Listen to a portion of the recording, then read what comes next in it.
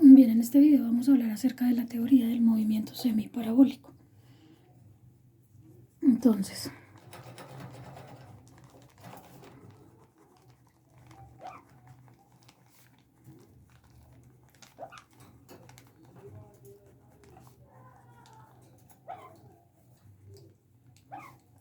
movimiento semiparabólico. Lo primero que hay que decir es que es un movimiento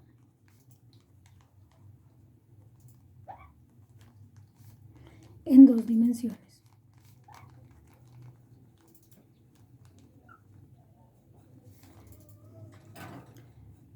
La horizontal o en X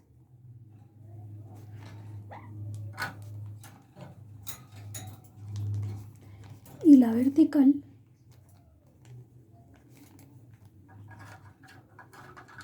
o en Y. ¿Okay? Es un movimiento que se da en dos dimensiones, la horizontal en X o la vertical en Y. ¿Listo? Y la vertical en Y, perdón, no, y la vertical en Y. Segundo, la trayectoria es una semiparábola cóncava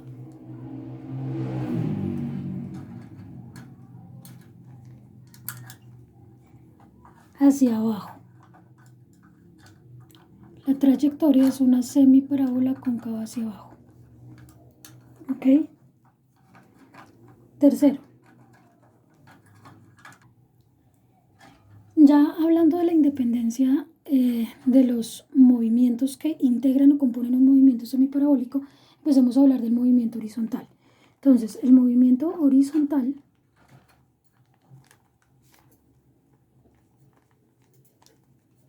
es un movimiento uniforme rectilíneo que se da en una trayectoria rectilínea,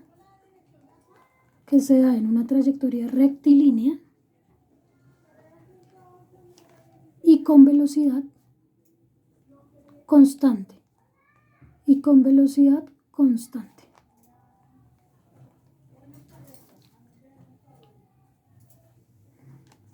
Siempre la trayectoria rectilínea del movimiento horizontal va a ser dirigida hacia la derecha. ¿Por qué razón? Pues porque el cuerpo siempre va a tener que ir avanzando a medida que va desarrollando el movimiento semiparabólico.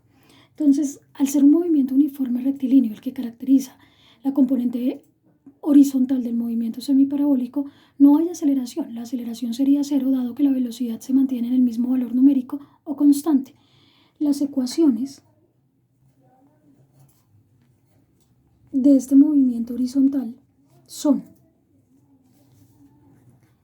el desplazamiento horizontal es igual a la velocidad horizontal o velocidad en X por el tiempo de vuelo. Esa es la ecuación que favorece o que se trabaja más bien en el movimiento horizontal que compone el movimiento semiparabólico. ¿Listo? Entonces la vamos a resaltar y tenerla en cuenta. No tenemos más ecuaciones porque la velocidad, insisto, se mantiene exactamente igual o constante y la aceleración es nula. No hay aceleración en el movimiento horizontal cuando este es uniforme rectilíneo, como lo que le sucede a la componente en X del movimiento semiparabólico. Cuarto, vamos a hablar del movimiento vertical. El movimiento vertical es un movimiento uniformemente acelerado. Específicamente,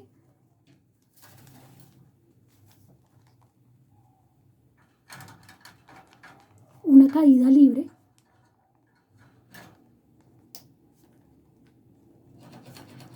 caso 1. ¿Ok? Una caída libre caso 1, donde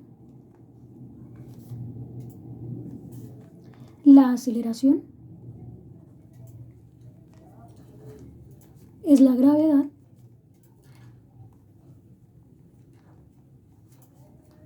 la cual se mantiene constante y equivale a 9,81 metros sobre segundo al cuadrado.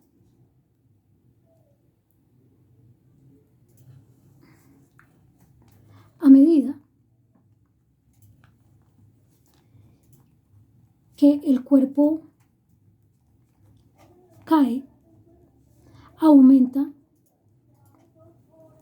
su velocidad. Aumenta su velocidad. Por lo tanto,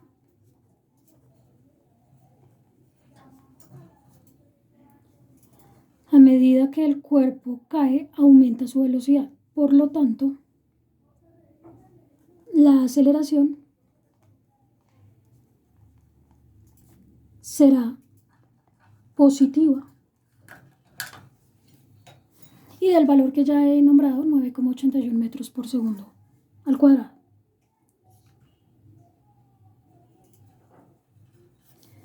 La velocidad inicial del movimiento vertical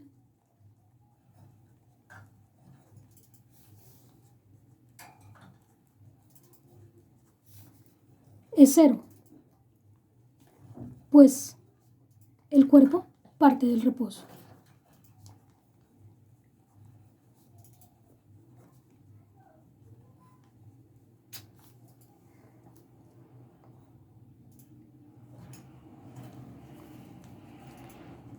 Y logra desplazarse recorriendo una cierta distancia vertical.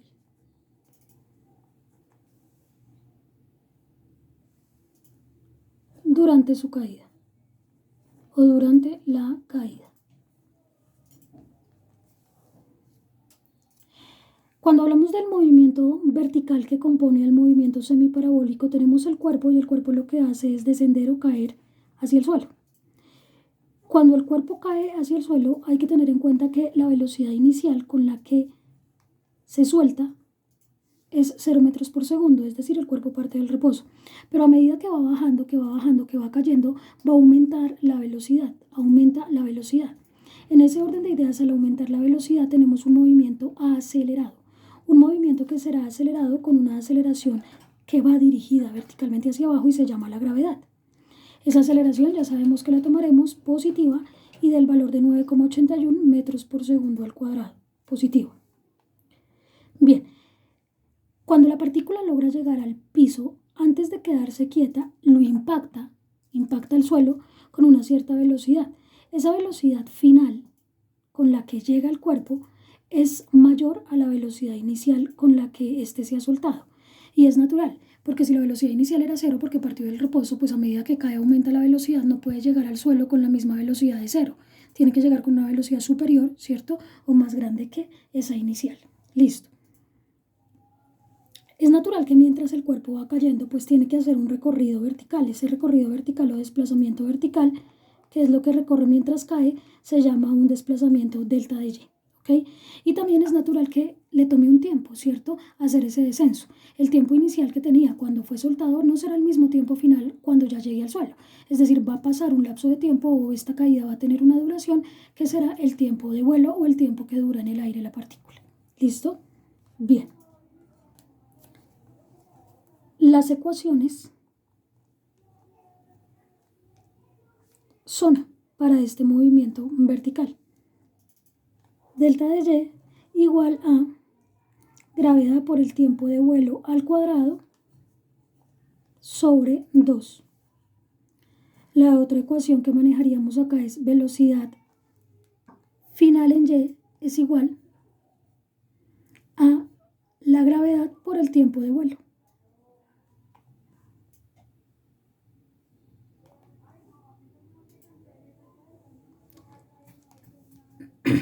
Y la otra ecuación, escribiremos desplazamiento igual a la gravedad por el tiempo de vuelo al cuadrado sobre 2, velocidad final en y igual a la gravedad por el tiempo de vuelo. Y la otra ecuación que trabajamos en este movimiento vertical que compone al movimiento semiparabólico es esta. La voy a anotar por acá. Velocidad final en y al cuadrado es igual a 2 veces la gravedad por el desplazamiento. ¿Ok? Esas son las tres ecuaciones útiles para el movimiento vertical que compone el movimiento semiparabólico. Entonces les voy a resaltar.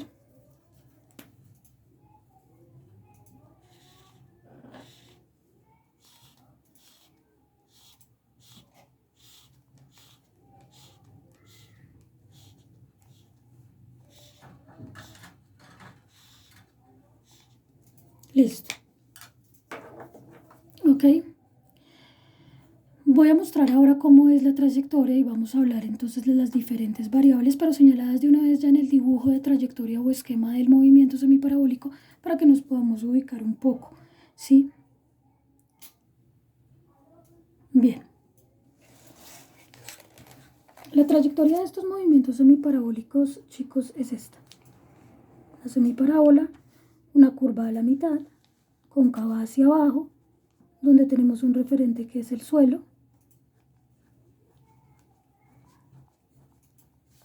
Tenemos a la partícula que solo sale despedida con una velocidad inicial en X, porque su velocidad inicial en Y es 0.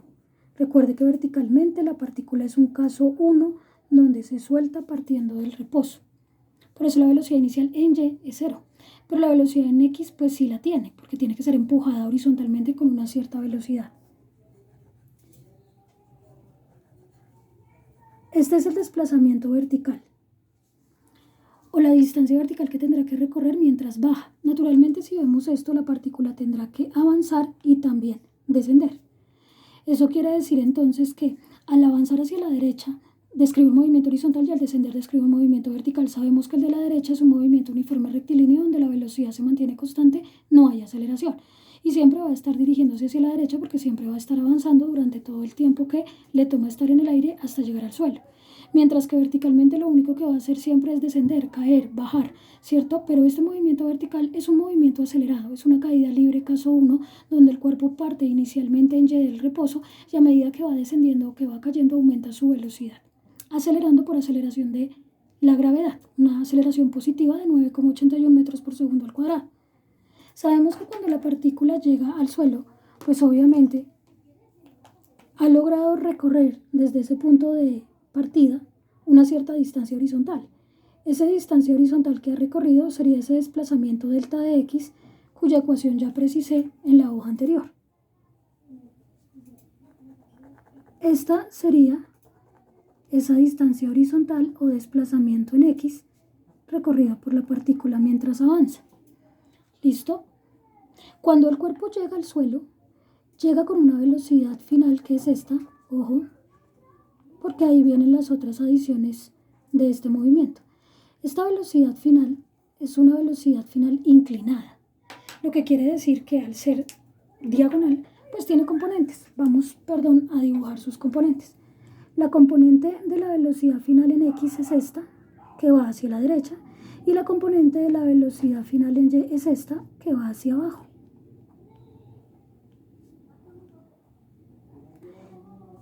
Y este ángulo que les estoy señalando acá sería un ángulo alfa, que es el ángulo que se forma con el vector de la velocidad final diagonal y el vector de la velocidad final en X. ¿Listo? Vamos a entender que cuando el cuerpo sale despedido horizontalmente, pues el ángulo con el que sale es 0 grados. Pero cuando llega al suelo, llega con un cierto ángulo de inclinación. Entonces, si somos capaces de hacerle un zoom a esta parte, vamos a poder dibujar un triángulo donde esta diagonal que les estoy pintando corresponde al vector de velocidad final. Esta diagonal de acá será la velocidad final. Y esa diagonal tiene componente horizontal y tiene también componente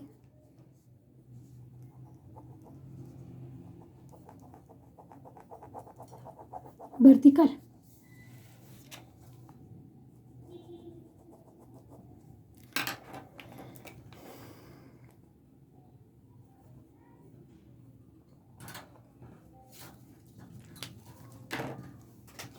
Perdón.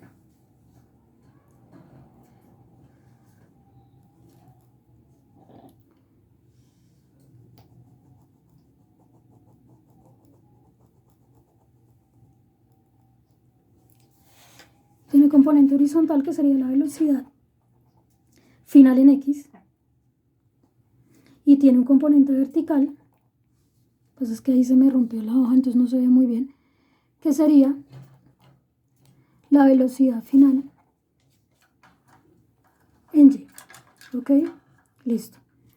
Ya teniendo ahí nuestro triángulo y sabiendo que esta diagonal, que es nuestra velocidad final, tiene componentes horizontal, velocidad final en X, y vertical, velocidad final en Y, sabemos que acá tenemos un ángulo de inclinación. Este ángulo de inclinación sería el ángulo con el que la partícula llega al suelo, ¿cierto? Después de haber estado en el aire un cierto tiempo. Vamos a, teniendo en cuenta este triángulo y teniendo en cuenta nuestro punto de observación, que será este, vamos a determinar con las razones trigonométricas los valores de estos vectores que pues salen obviamente de ese triángulo que estamos viendo ahí. Sabemos que cuando estás aquí parado, tú puedes determinar quién es el cateto opuesto, quién es el cateto adyacente y quién es la hipotenusa, dado que tienes un triángulo rectángulo. Si te paras acá, el cateto opuesto sería el que está enfrente tuyo, que sería esta componente vertical, cateto opuesto. Pero ahí parado también sabes que el cateto que está sobre tus pies, o sobre tu suelo más bien, la componente horizontal de la velocidad final sería el cateto adyacente. Y esta velocidad final, que es la diagonal, sería la hipotenusa. ¿Ok? Bien. Teniendo eso en cuenta, entonces podemos socializar el seno de alfa como el cateto opuesto sobre la hipotenusa. ¿Pero quién es tu cateto opuesto? La velocidad final en Y. Sobre la hipotenusa. ¿Y quién es tu hipotenusa? La velocidad final. Entonces, el seno de alfa sería igual a la velocidad final en Y sobre la velocidad final. Y esta velocidad final que está dividiendo pasa a multiplicar para que te quede velocidad final por el seno del ángulo igual a la velocidad final en Y. Y tenemos una ecuación adicional que con base en el esquema, del movimiento semiparabólico nos ayuda a determinar esa velocidad final en Y. Vamos con el coseno. ¿Qué nos dice el coseno de alfa? Que es cateto adyacente sobre hipotenusa. Si nos paramos aquí en el triángulo, vamos a saber que nuestro cateto adyacente es el que está sobre nuestro propio suelo, que sería la velocidad final en X, dividido entre la hipotenusa, pero la hipotenusa es la velocidad final. Entonces, el coseno de alfa nos queda velocidad final en X sobre velocidad final. Y esta velocidad final que está dividiendo pasa al otro lado a multiplicar. Entonces, velocidad final por el coseno de alfa es igual a la velocidad final en X. Y tenemos otra ecuación importante para determinar esa velocidad final en X. ¿Ok? Entonces, coseno de alfa es velocidad final en X, que es el cateto adyacente, sobre la hipotenusa, que es la velocidad final. Pasando esto a multiplicar, nos queda velocidad final por el coseno de alfa igual a la velocidad final en X. Ahí tenemos otras dos relaciones importantes que se derivaron no del movimiento vertical y el movimiento horizontal que compone el movimiento semiparabólico, sino que se derivaron directamente del esquema que se tiene y de la trayectoria que se tiene para este tipo de movimientos. ¿Listo? Bien. Ahí tenemos nuestras otras dos relaciones.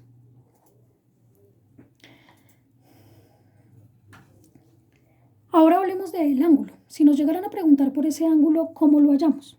Con la tangente.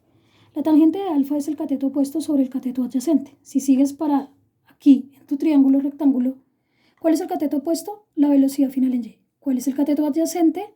La velocidad final en X. Entonces puedes decirme que cateto opuesto, velocidad final en Y, sobre cateto adyacente, velocidad final en X. tangente de alfa es igual a la velocidad final en y sobre la velocidad final en x. Como nos van a pedir es el ángulo, no la tangente del ángulo, pues para sacar ese ángulo decimos alfa es igual a la tangente a la menos 1. Recuerde que esta tangente pasa al otro lado, pero como a la menos 1, de la velocidad final en y sobre la velocidad final en x. Y esa sería la relación que le permite hallar a quién, al ángulo con el que el proyectil o el cuerpo llega al suelo en un movimiento semiparabólico. Tenemos acá entonces otra relación para ese ángulo.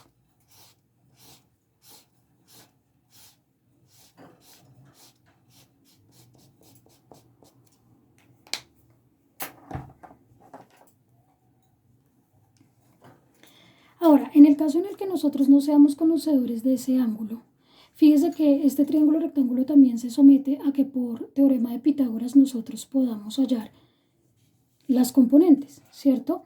O la hipotenusa, conociendo obviamente otros dos lados o un lado y la hipotenusa. Entonces, recuerde que aquí esa velocidad final por teorema de Pitágoras se hallará mediante la relación velocidad final en x a la 2 más velocidad final en y a la 2.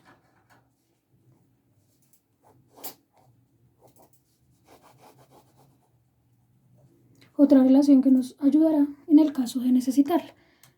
Todas esas necesidades están sujetas a los problemas, ¿no? A los ejercicios que nos pongan, a todas estas expresiones o estas ecuaciones se podrán usar una vez sean útiles dependiendo de las preguntas y a los datos que nos dé el problema. Que tengamos tanto que conocer como que ya conozcamos. Listo, estas serían como las características adicionales que yo tendría que precisar del movimiento semiparabólico y las ecuaciones también extra que tendría que darles, estas 4, con las que ya les nombré antes para el movimiento respectivo vertical y para el movimiento respectivo horizontal. ¿Listo?